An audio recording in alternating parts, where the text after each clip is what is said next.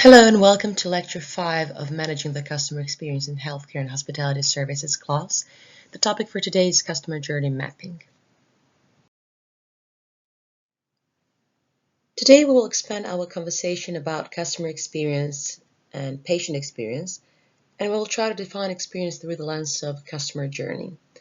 We'll also continue learning about new experience-based design tools that can be used in exploration and creation stages. Compared to the tools that were covered in the previous lecture, these tools are a bit more visual in nature, and while the previous diagnostic tools were used to collect the data about customer experience, this new set of tools helps you organize the data in the form of visual maps. Ever since we mentioned the concept of touchpoint as this interaction between the service provider and customer during the service encounter, we have been reinforcing the idea that customer experience is this holistic view of the customer journey throughout those multiple touch points in the customer life cycle with the provider. So life cycle is used to reflect like all the present, past, and future experiences that one customer can have with a provider. So now we're talking about this in the general sense. And this is reflected in the similar line as the service encounters when we discussed those. So we mentioned that the service encounters are discrete interactions, but that they can be pre-core to the core services, core service encounters, and post-core service encounters. Similarly, we can envision customer journey as this iterative and dynamic process that takes place in 3 major stages. However, this actually forms more of a cycle, and customers can easily jump from one stage to the other stage because the process is not really linear. So in the first stage, all interactions and environments that influence consumers are there to motivate the need recognition, the search of the providers, and consideration of the providers in the marketplace. So this first stage, pre-service consumption, this is where the customer creates expectations about the service that can be often elevated.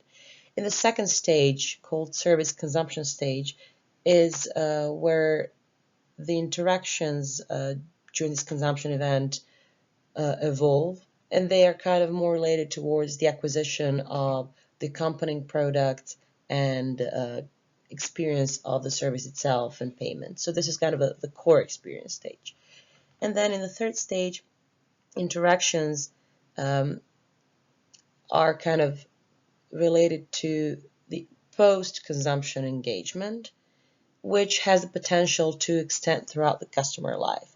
So particularly in healthcare services, if you think about a patient that has had good experience with a primary care physician, most likely that patient will return to their primary care physician, and this really can be a lifelong relationship until, again, either the customer or the provider decides to quit that relationship.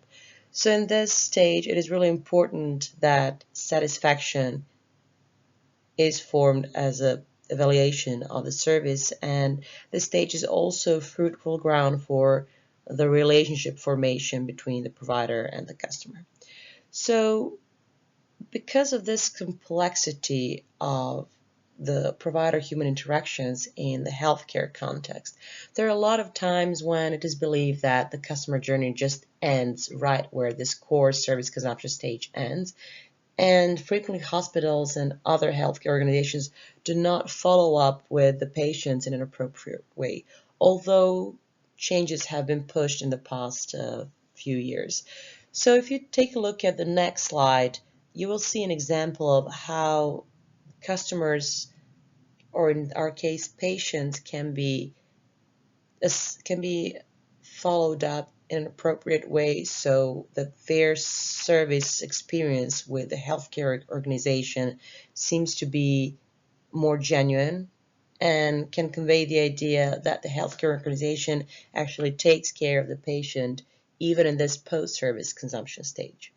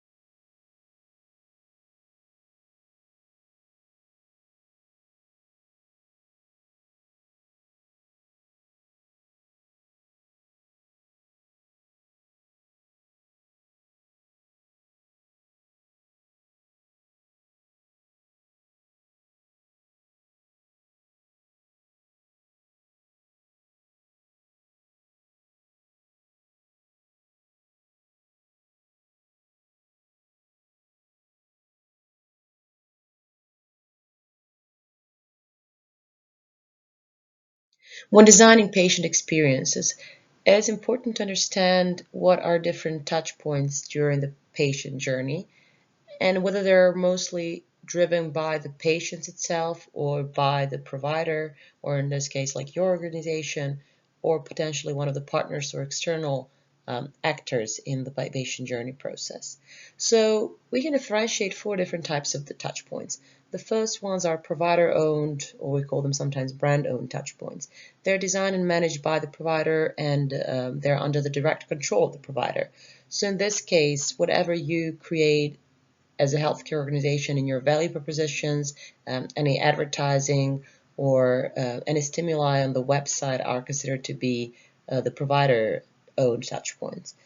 The partner-owned touchpoints are jointly managed between the provider and its partners. So in our case, like potential vendors of and suppliers of healthcare organization could be partners that can influence the touch points. Or, for instance, in the context of environmental services, sometimes environmental services are completely outsourced, so they're not managed directly by the providers. So in this case, they can be a partnering company to the healthcare organization. Or insurance, again, health insurance is another example of the partner. Patient-owned touchpoints represent the part of the overall healthcare experience when the provider or any of the partners do not really influence the patient, or they have minimal influence. So patient can recognize on its own the need for health improvement, and that represents touch points that are driven by them. And finally, social or external touch points are used to denote other people in the experience. So these are not providers, but they can influence patients. Those can be, again, like other patients, caregivers, family, peers, or maybe different completely unknown people on social media that the patient is referring to obtain information. So when we try to predict all those touch points, it sounds pretty easy, and we can really think about how satisfied patients could be in each of the top touch points and try to identify places for improvement if they're not satisfied. However, it is not enough to look at the discrete or singular interactions, but it's also important to think about how those touch points relate as a whole, because multiple touch points across multiple channels are those that create the customer experience, or in our case, patient experience.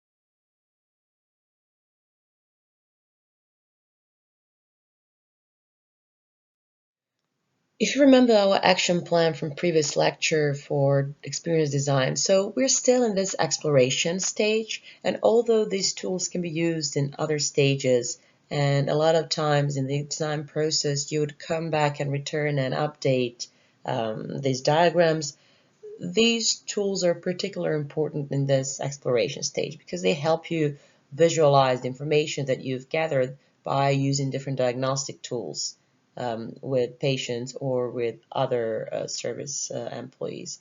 So the truth is that when experiences are seen as bad in a healthcare organization or hospitality organization, a lot of people actually want to make the change. So you will have teams of employees and also management that wants to change, but they can be really apprehensive about how this change is going to happen. And if you use these tools and try to break down the process, you can help illustrate the importance of updating the experience to your teams, and you can also make the entire transition a lot simpler.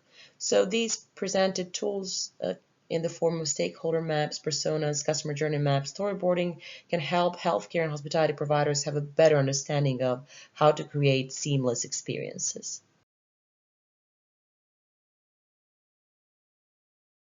One such visual tool is a stakeholder map. So stakeholder maps are used to portray all different actors that are involved in the patient experience, either directly or indirectly. So it shows the groups of people that have the same or shared interests, and they can be clustered as specific groups of stakeholders. So this is one way how you can portray the stakeholders by clustering them in groups and trying to see where are the overlaps between the groups and where are their shared interests. Another way to do that is also to categorize the stakeholders based on their importance or influence. So for instance, you can have stakeholders that have interest, direct interest into patient experience, or then you can have stakeholders that have power. So for instance, those can be this can be Center for Medicare and Medicaid Services. They represent a stakeholder with power, but that stakeholder does not directly influence patient experience. So these stakeholder maps are very useful tools that can help identify the missing links in the stakeholder system, and if there are other groups of people that should be involved in the creation of the experience. It can also help where are the risks? Are there some specific conflicts of interest for some stakeholders? What is the value that they expect to receive? And it also helps discover what are the positive stakeholders that can be crucial for the creation of successful experiences. In the next slide, you can see an example of a stakeholder map and how you can see where there's an overlap between the stakeholders.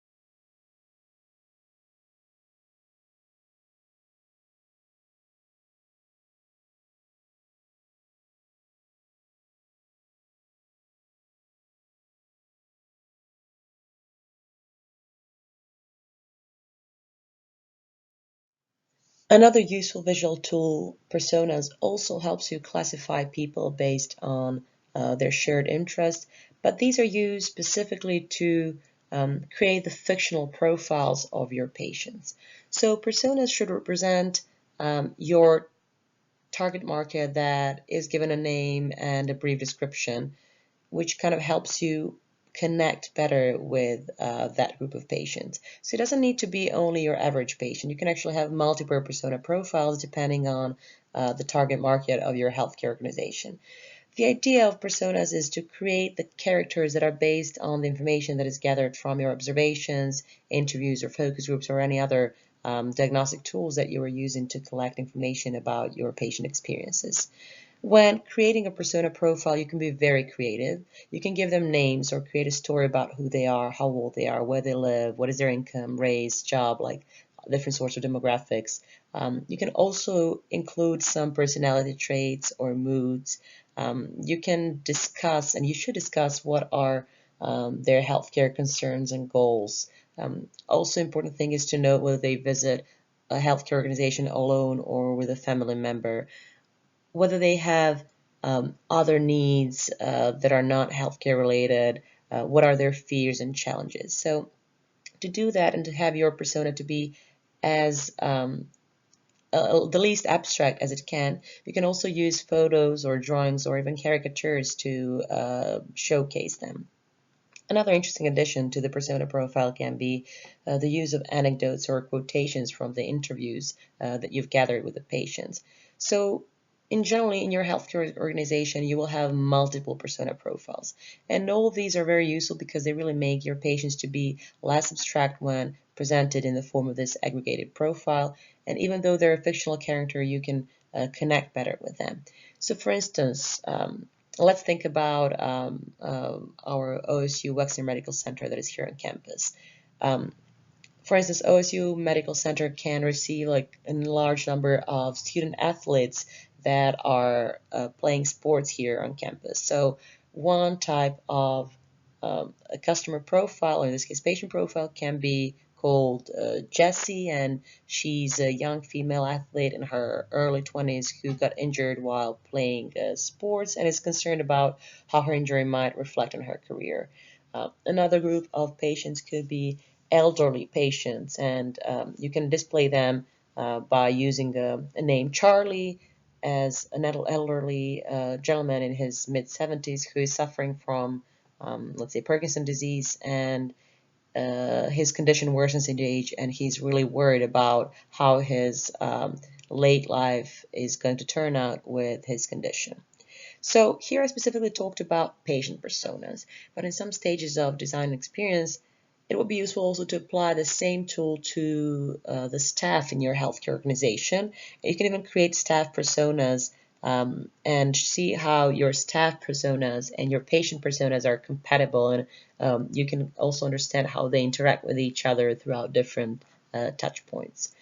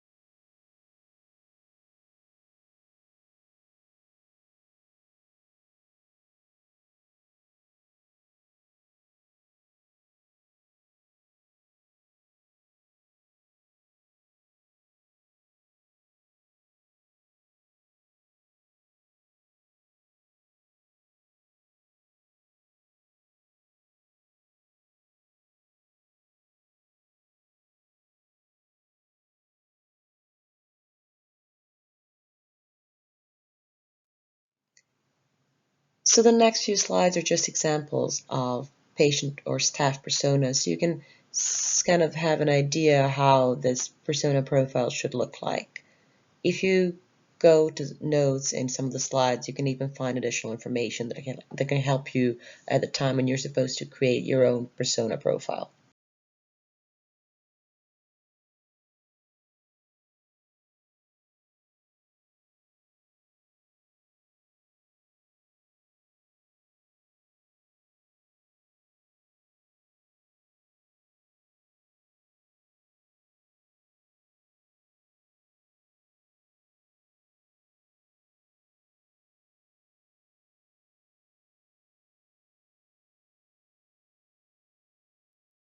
Customer journey maps are the quintessential tools in the experience design process, and they really help understand all different stages and nuances of the customer's, or in our case, patient's journey. So they are visual representations of the experience through different stages and multiple touch points. And because this journey is multi-channel and not always linear, they can be very tricky to design. There's a general linear outline that can be observed, but a lot of times you have to really understand how patients are jumping from like one touch point to another depending on the potential outcomes with the service in that touch point. Constructing a journey map involves defining these touch points by relying on the user insights. So interviews work really well here, but maps can also be documented by patients themselves. You can ask your patients to provide you either video descriptions or written descriptions of their journey process, and they can really provide those insights using their own language, which always makes it for an engaging set of findings that can be used in the process of constructing the map. You can base your map around the patient persona.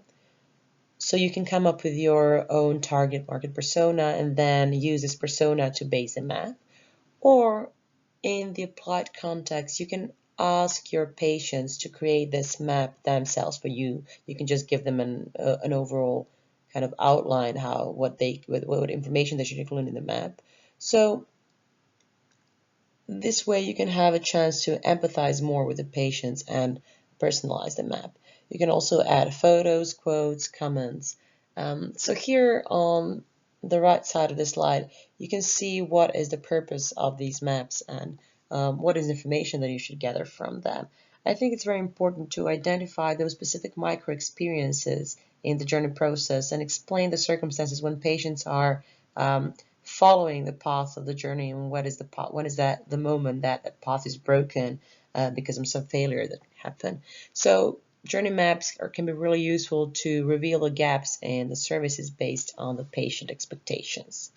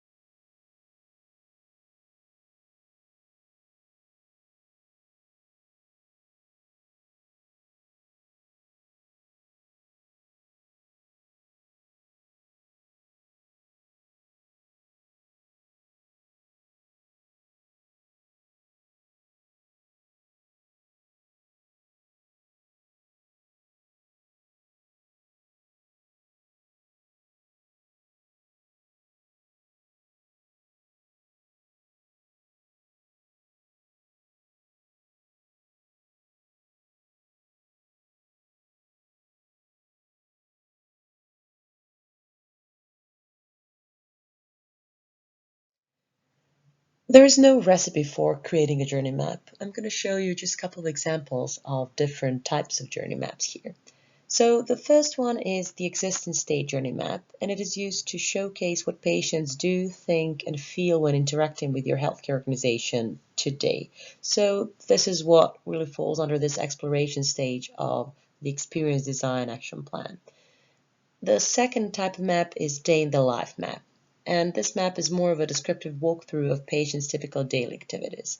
So it explores the current state of the experience, but it is a bit broader.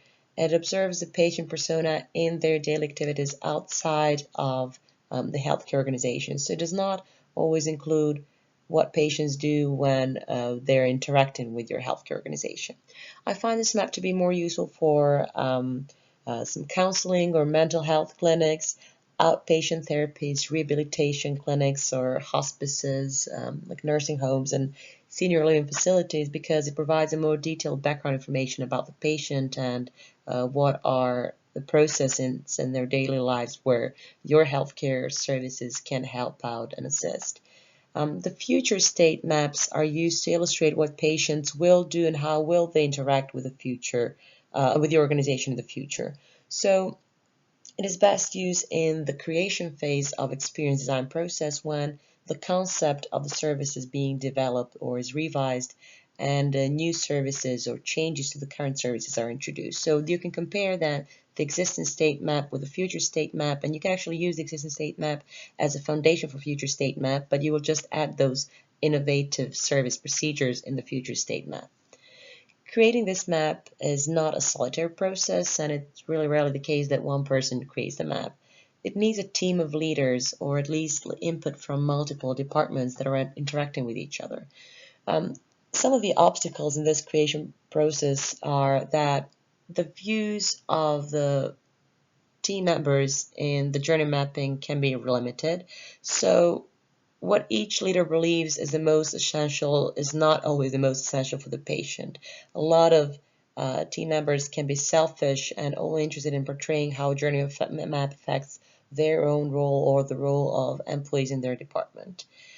Second obstacle is projection. A lot of times people mistake their own view by view of someone else. So they believe that their view is consistent with the patient or another stakeholder's view in the map. So this is most likely going to happen in your assignment 3 when you get to create a journey map for practice, because you will actually create this only based on your own input. But it's just important to know that you should stay away from the projection in the field work when you're creating journey maps for your healthcare organizations or your hospitality organizations. Linearity is another obstacle, because a lot of times people think that this journey is a very linear process and that customer just jumps from awareness to purchase or consumption stages in this like linear line, because there's really no significant influence that can kind of waive their opinion. But a lot of time patients or customers take this like more of a winding road approach, and they go through different iterative stages of searching for the right experiences, searching for the providers. So try to be creative with your visual presentation, although I know that a lot of times the presentations are constrained by technology and skills. You can showcase journey with post-its, you can draw it on a piece of paper, you can create journey with chess figures. I mean, any kind of tool that is going to help you understand the journey process better. Again, for the assignment, if you are familiar with the graphic software, you can use either Photoshop or PowerPoint to present your journey map, but I will be okay if you just present the map on a nice clean sheet of paper and with a nice printed font explain all the different stakeholders in your journey map, the processes and touch points that customers are going through.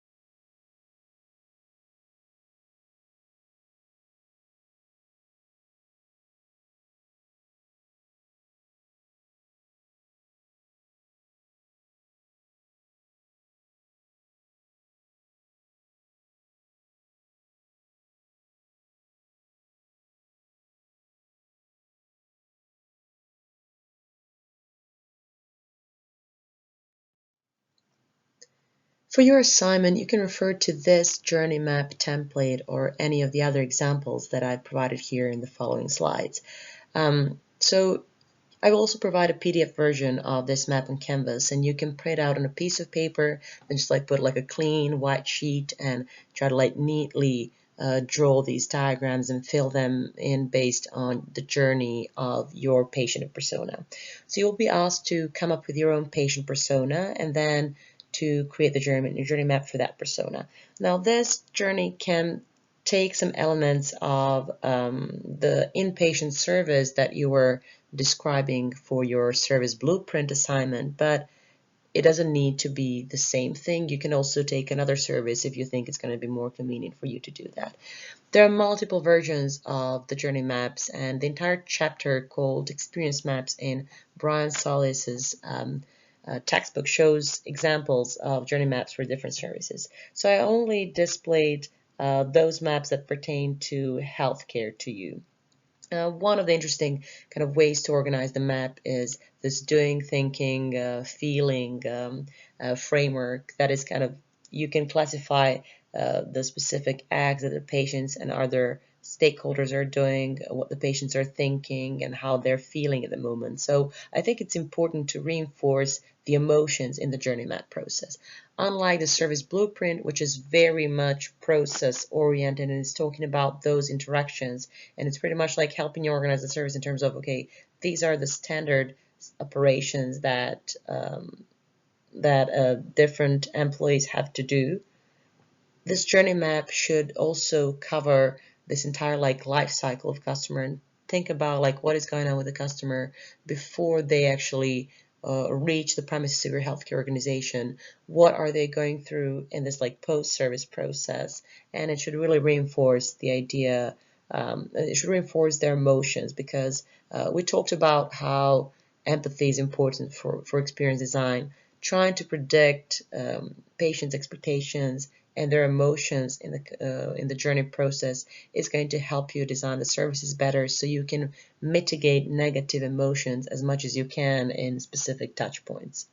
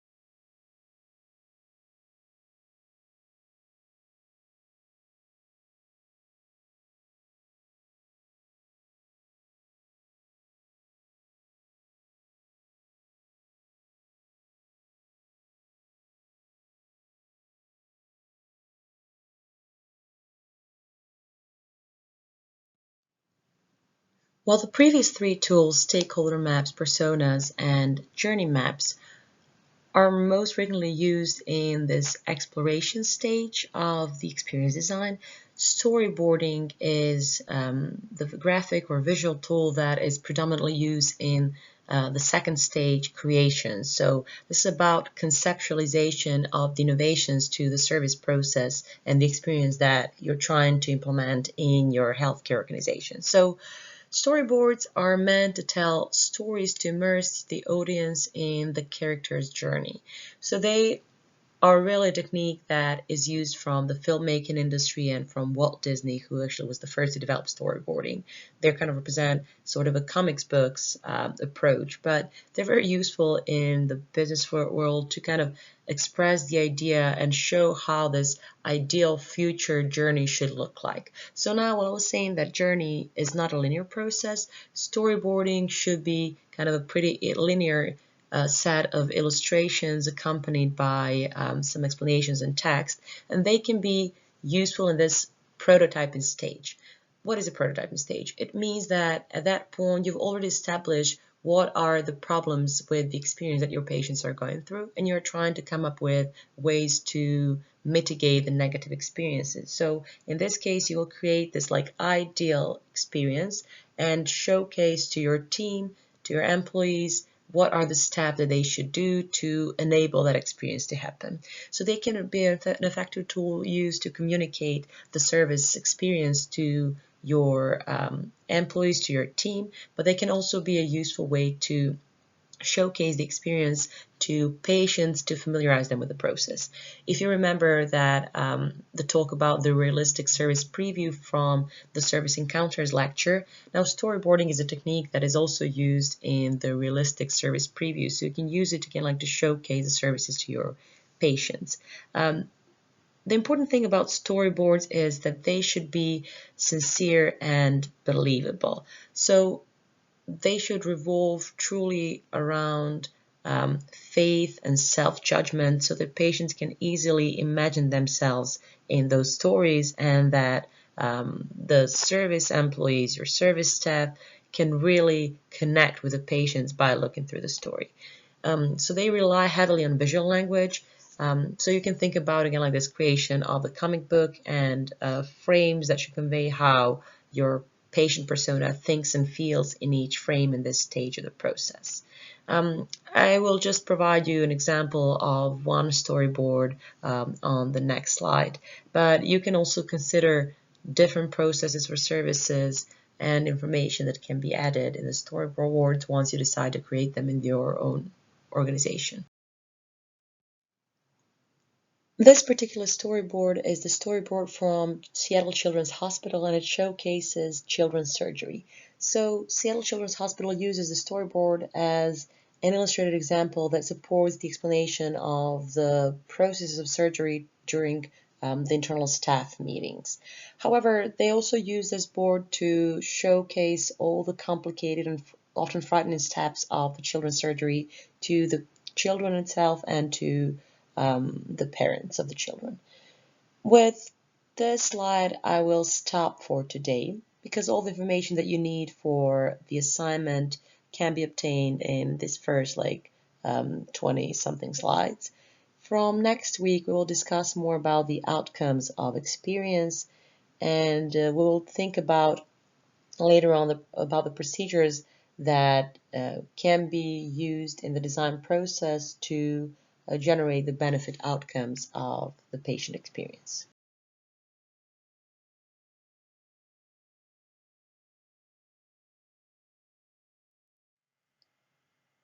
One of the reasons why we are taking so much time to explain the experience design process is that the goal of experience design is to create the outline for seamless experiences for our patients.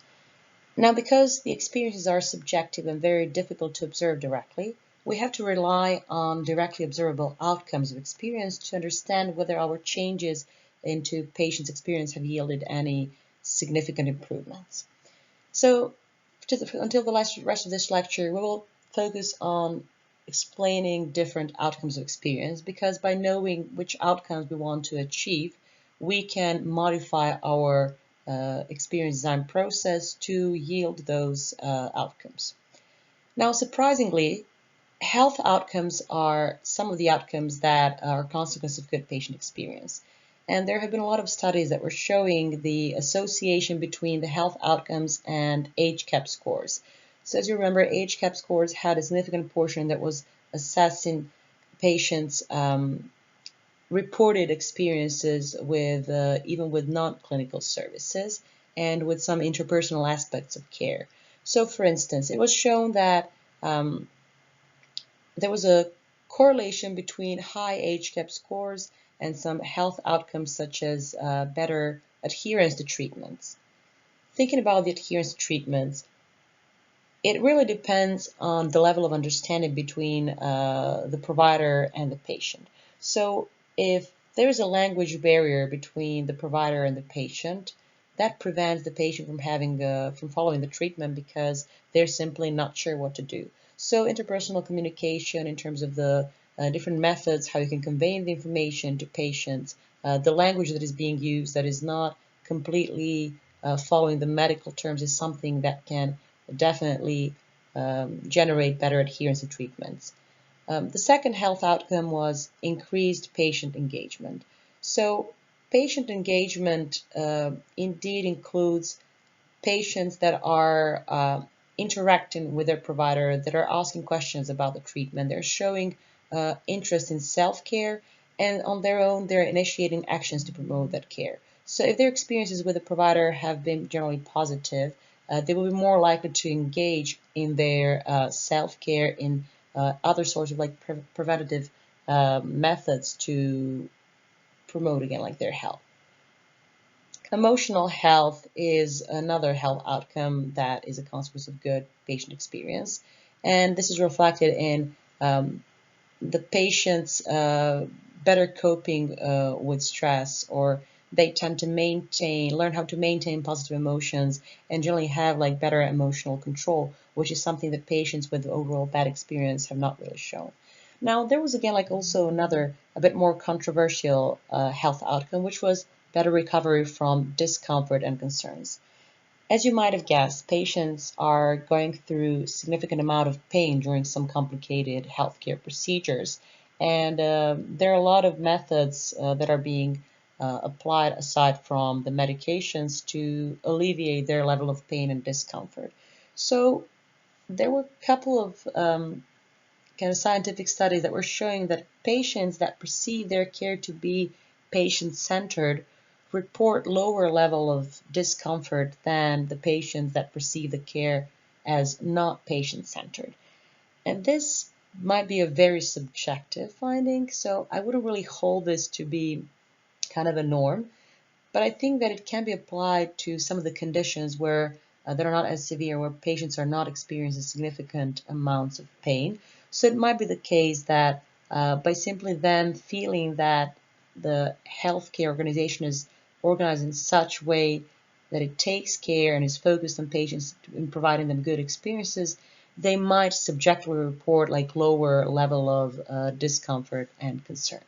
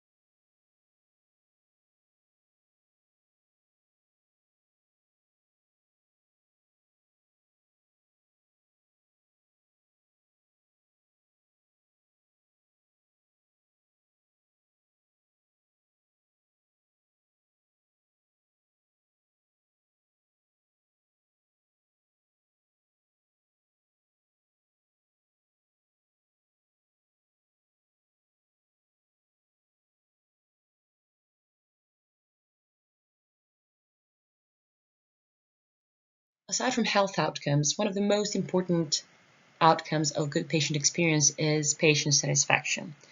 Now, I've already provided ubiquitous information about patient satisfaction, and I do not want to go and repeat that because I think that by far you've kind of understood why satisfaction and experience are two different concepts. I think that to add to this, it's important to understand that there are some aspects of patient experience that at the same time represent the drivers of patient satisfaction. So back in 2014, to kind of showcase that there are different components of experience that drive patient satisfaction, McKinsey agency did a study on a relatively larger group of patients. They were asking patients to rank those aspects of patient services and experience that they thought were important for their satisfaction. And then later on, they also asked them to evaluate those aspects. So they were ranking their satisfaction, they were reporting their satisfaction on each of those aspects. So when they compare the responses, what they found out is that even though most of the patients say that the most important thing for their satisfaction is the outcome of the clinical service, so the procedure that they're receiving in the hospital, this clinical quality, it ended up being that what drove their satisfaction the most was the nurse empathy and keeping patients informed. So even though patients really subjectively believe that the clinical care is the most important, and I believe that all of you will agree to that because I'm just comparing this to the responses that you were giving to your previous assignments and in the discussion posts.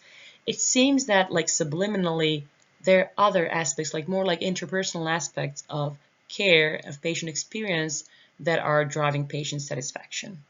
So here in this table, you can just see how some of those different aspects of patient experience rank in terms of their performance towards the satisfaction. And you can also see which ones are captured by HCAP, but which ones are not captured by HCAPs. This is why we can actually see that HCAPs, as much as it is useful, cannot be a full and comprehensive survey assessment that will tell us about our patient experiences in our healthcare organizations.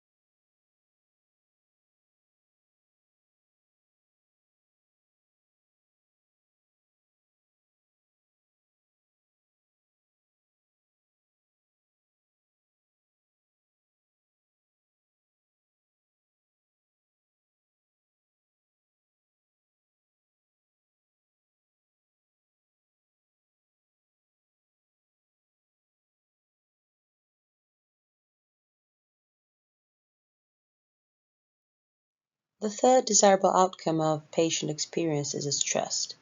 So trust is truly essential to experiences because having good experiences helps build this trustworthy relationship between the patient and a provider. In the end, it all falls down on one of the 3 Ds of customer experience design that I was mentioning in the previous lecture, and this one is designed for consistency across departments.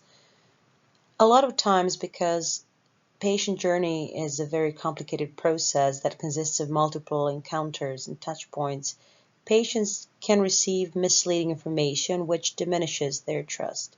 So for instance, it may happen that doctor can give one diagnosis and suggest a treatment, and then nurse misinterprets that and gives another suggestion, and then the patient sees a technician and the technician implies in something else. So all these inconsistencies across different actors in the patient journey really affect trust in a negative way. Other examples come from the coordination between the health insurance company and the providers. There are a lot of times when patients believe that the fee for the service is going to be one specific amount and they receive information about their copay. However, once they receive the bill, the billing service suggests that it's going to be something different. So because there is lack of transparency in the process, trust can be severely affected. So those are steps that kind of happen somewhere towards the end of the patient journey process. So even though the entire prior experience has been good, those negative encounters can really affect trust. If we take a look at trust from the environmental services perspective, this is something that can affect trust like the moment that patient steps into the healthcare organization. So if the patient room is dirty, if even like waiting room, the front desk seems to be cluttered and not really clean and organized, the patient is going to have low trust in the services they will receive. And this might even affect their perception of the clinical care. So it doesn't really matter at that point if the physician has gave him a good diagnosis, if he's done a good job. That patient might not even trust that what the physician is telling them is correct. So I provided you here a couple of tips on building trust in interpersonal communication, which is another way how a lot of other trust issues can be kind of mitigated by just having a reasonable and trustworthy conversation with the patient. So these are, again, to provide the patient undivided attention and to try to have a conversation with them and not really ask them questions in this like interview form, to be genuine as much as you can, and also to keep all information up to date across channels. Another outcome of patient experiences is different sorts of experience communication. Patients have interpersonal influence on each other, and they always find ways to communicate their experiences to other patients. One of the common means of sharing information about the services to other patients is word of mouth. So word of mouth represents a sort of oral statement that shares information about the experience. When that statement becomes written online on some of the websites, forums, social media, or other channels, it becomes an electronic word of mouth. So word of mouth is a primary source of information for patient decisions. And oftentimes this information is considered more credible than what the provider tells the patients, especially if it comes from a trustworthy source such as a family member or a close friend. Although the credibility of electronic word of mouth is somewhat questionable, people still choose to trust online reviews and comments even more so than the physicians. When this word of mouth statement takes a positive form and is created organically by the patients themselves, this represents a recommendation. Aside from recommendation, another form of positive statement is a referral, and this is a sponsored post or paid word of mouth. Now, while referrals are great in the hospitality world because you can incentivize your customers to share their posts about great experiences for points and like loyalty programs, healthcare organizations cannot really rely on referrals from customers, and it is something that is generally frowned upon in the healthcare industry. So healthcare organizations sometimes use partner organizations and employees. So for instance, your primary care physician can refer you to a specialized hospital for the services that you're supposed to perform. Sometimes patients are not aware of that. So this is also the situation that is kind of questionable. And a lot of times we're trying to really limit those paid, again, like referrals, especially for different kinds of procedures or like medications. However, in generally, if your experience with the primary care physician is good enough and you've already built trust with that physician, you'll probably take their advice even without knowing that they're doing an honest recommendation or referral. In the case of patients, patients give recommendations based on their experiences.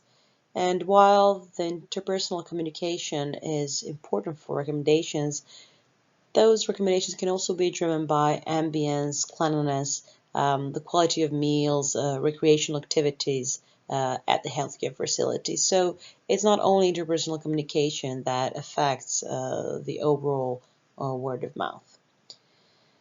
Interestingly, a lot of the times when you see negative electronic word of mouth, it can be written by patients' relatives because they often tend to be more critical and more perceptive about some issues in the patient experience process. There are other forms of experience communication, such as testimonials, and testimonials are written or video stories of personal descriptions of successful experiences. So it is sort of a type of a reference. So patients that leave testimonials are usually invited by the healthcare organization, and there is some kind of a selective bias in who's going to leave the testimonial. Usually those patients that have had great experiences and that healthcare organization knows that will be invested into creating the testimonial are invited to do so.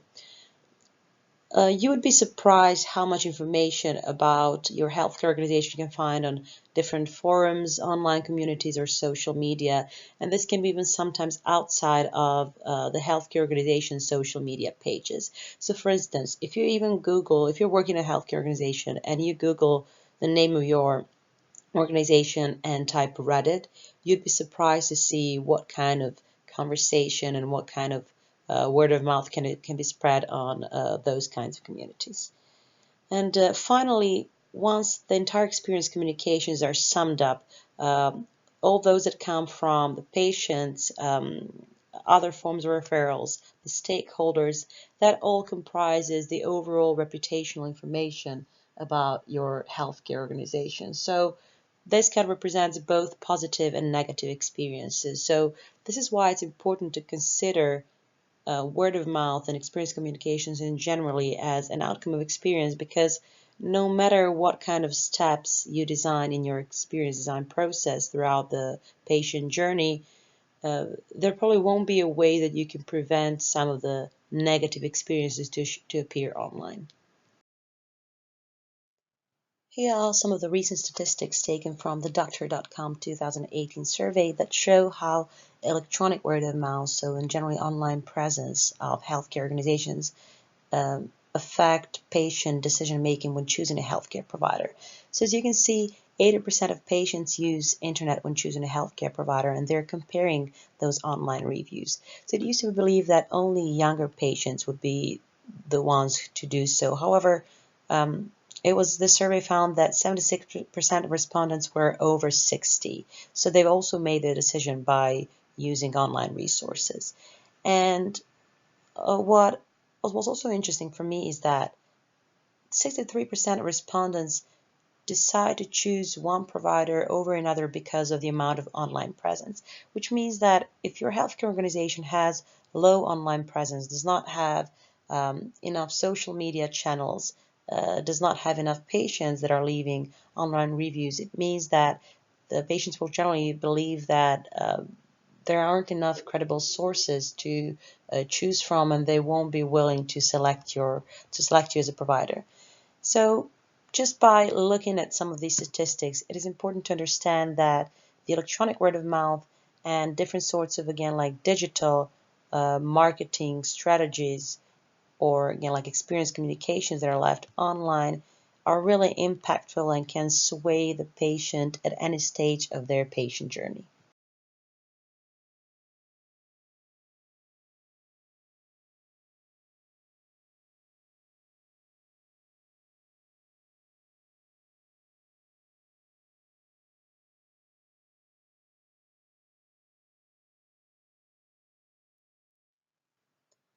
Online patient communities, also referred to as online health or support communities, depending on the focus, have seen an incredible growth over the past decade.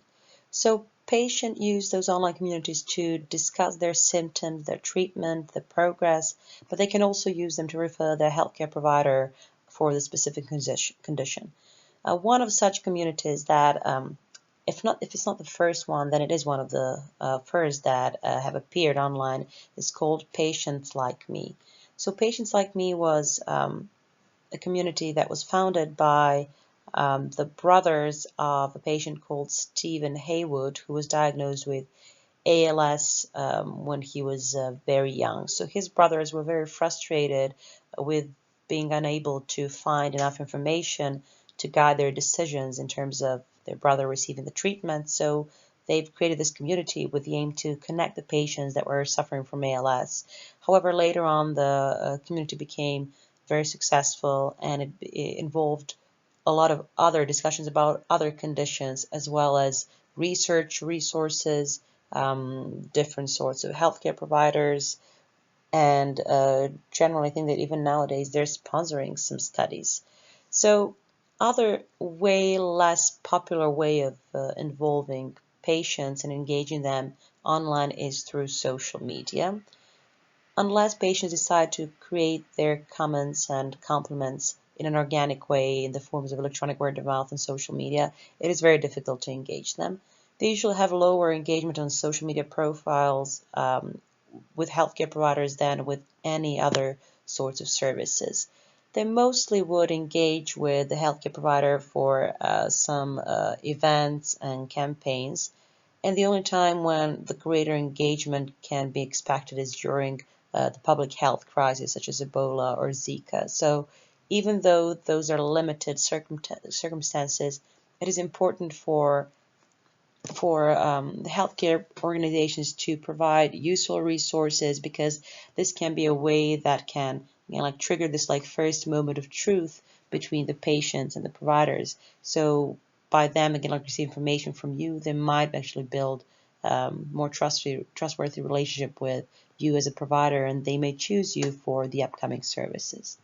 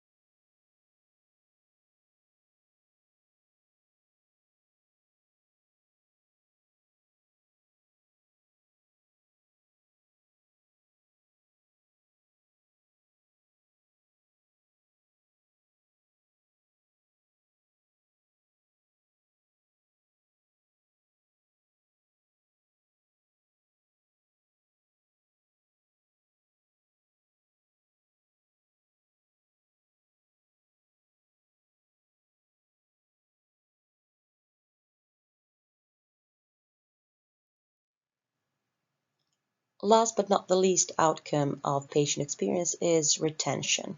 I purposefully compared retention and loyalty because in the hospitality world, we tend to focus on loyalty the most, and we often say that we care about loyal customers rather than the customers that can be simply retained. So I'd just like to highlight the differences between the two concepts so you can see why retention is more important in the healthcare world. So retention represents a measure of whether an existing customer continues to do business with you, while loyalty measures customers' predisposition to select your business rather than the business of your competitors. So it sort of represents a resistance to competitors. When customers are loyal, they will consistently respond favorably toward your business, and they will also be willing to engage with the business. And this is an important distinction between retention and loyalty because a customer who continues to do business with you may be retained, but is not necessarily loyal. So ideally, loyal customers should use the services more and be engaged. And these are the aspects of loyalty that are very difficult to capture in the healthcare context because what does it mean for patients to use your services more? Does it mean that they will visit your healthcare organization when they have trivial symptoms and their conditions might not need treatment? So this is why we cannot really say that we care that much about the loyalty, and we're focused more on retention of patients returning to our healthcare organizations when it's necessary and kind of continuing the care throughout the life cycle. So patient retention is also known as patient volume leakage. So I've provided you here three major aspects of healthcare experiences that can help enhance retention. The first one is quick and efficient access to care. A lot of times patients leave practice simply because of the inconvenience of the location or inconvenience of scheduling an appointment or rescheduling. So as long as you can find ways to alleviate those gaps, you will be able to retain some patients. The second aspect is care delivery and transition. What patients expect is to spend less time in the waiting room and spend more time with the physician. And that is a lot of times easier said than done. So while we cannot always control how much time patients will spend with the physician, at least we can try to make the environment where they stay pleasurable enough, and we can improve those interpersonal aspects of care and provide them other kind of signals so they can understand and at least get the sense that we care about them and their health, even though their time with the physician spent is going to be limited because of the limited resources. The third aspect is the follow-up care. So I've already talked briefly about the follow-up care, which is kind of tied to that third phase in the customer journey, which is the post-service consumption. So by creating communication centers to follow up with patients about their clinical well-being or mental well-being, you can be a step closer to retain the patients.